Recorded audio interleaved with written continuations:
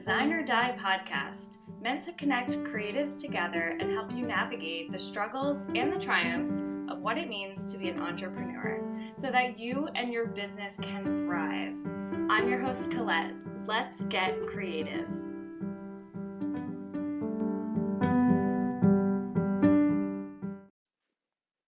Hello, and welcome to the first episode of Design or Die, spelled like DIY podcast.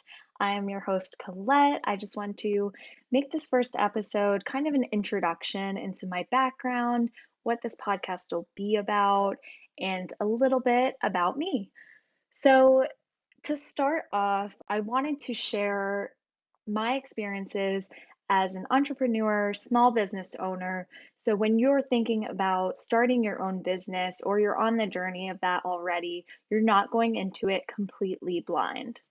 This podcast has been a long time coming. I've had a blog for a while now that has helped entrepreneurs and creatives navigating projects, managing clients, business tips, and learning how to balance your work and home life.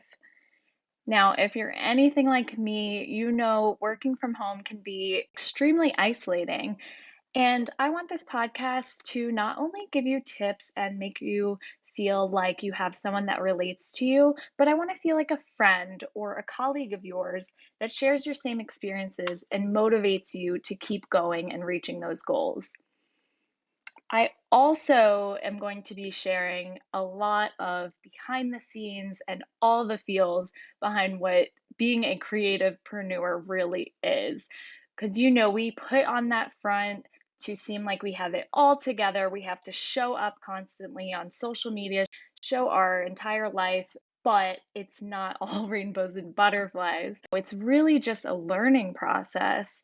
And that's why I'm here. I've been in this for about 6 years now, and I want to give you all the tips that I've learned.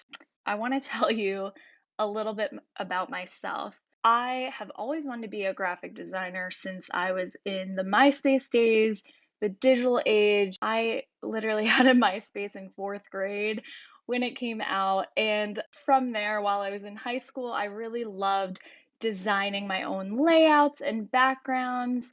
And I just loved being on the computer because it was so new at the time. And that is really what started my journey to become a graphic designer. I have always been an artist and I was constantly drawing. My neighbors told me they remember when I was 5 years old, I would draw with chalk, like these elaborate drawings on the neighbor's sidewalk. So art has always been a part of my life. I just never considered it a career, especially my parents motivated me to pursue that. Which now, if you're a creative of any kind, that is not the norm. Many people and parents believe that you're going to be a starving artist. If you work for yourself, you're not going to make money and it's not going to work out. Well, I am here to tell you that it will if you put in the time and dedication. It is not as easy as it seems. It is not as freeing as people think who work 9 to 5s. Because if you make that shift, you realize that you're actually working a lot more than people who are working 9 to 5 might be. So, aside from that, I am from Long Island, New York, and I lived there up until about high school. My family moved me down south to Georgia, and I lived just north of Atlanta.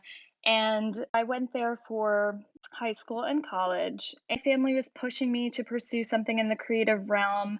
I really didn't give it a thought until then. I remember there was a free portfolio viewing that the University of West Georgia was doing at my current school. I went to a technical school for 2 years, got my associates, and upon learning about their program, I decided to go there because I realized they had a really great art program.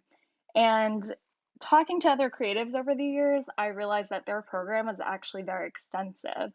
So I took classes in ceramics, sculpture, watercolor, oil painting, mixed media, graphic design. I did them all.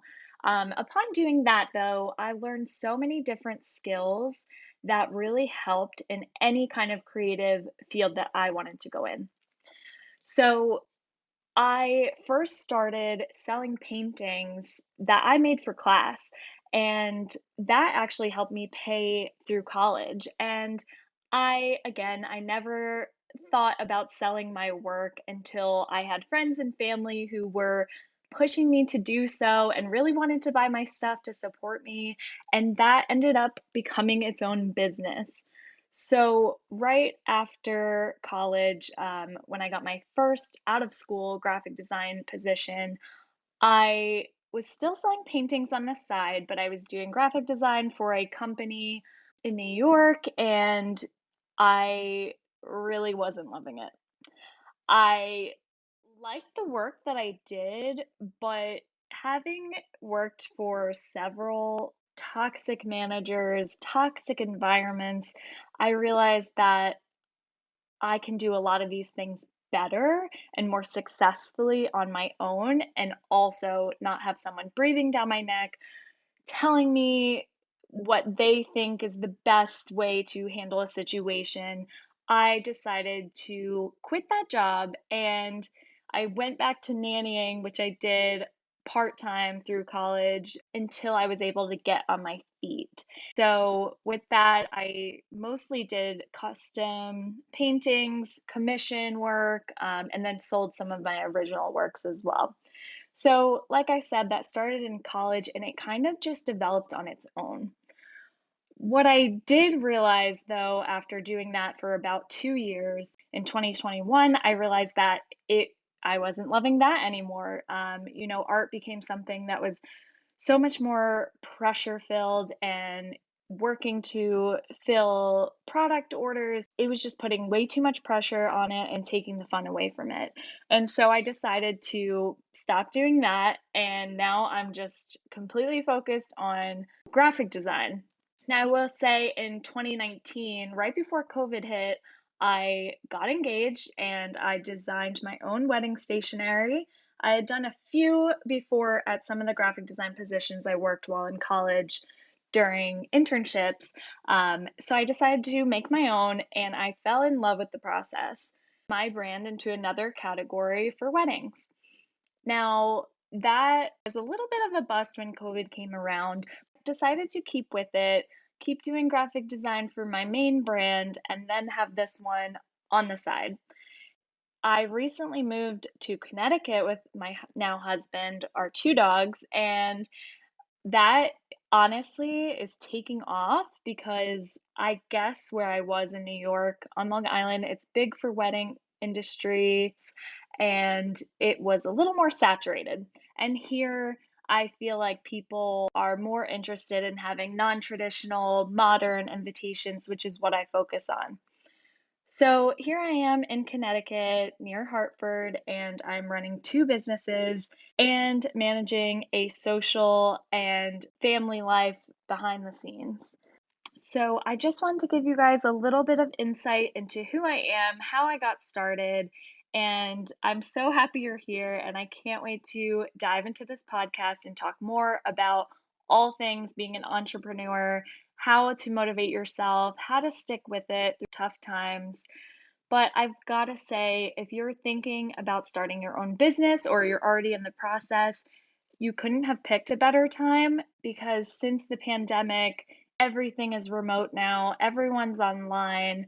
I've noticed a lot more people are trying to shop small since, the small businesses have really struggled the past few years. And although it's rocky to get started, I totally encourage you to keep going, keep learning, and I hope you'll gain a sense of community. And I hope that you'll take what you hear on this podcast and let it help your business, help your personal life, and maybe you can meet some friends that are in the same position as you along the way. So I hope you'll tune into the next episode. Thank you for listening.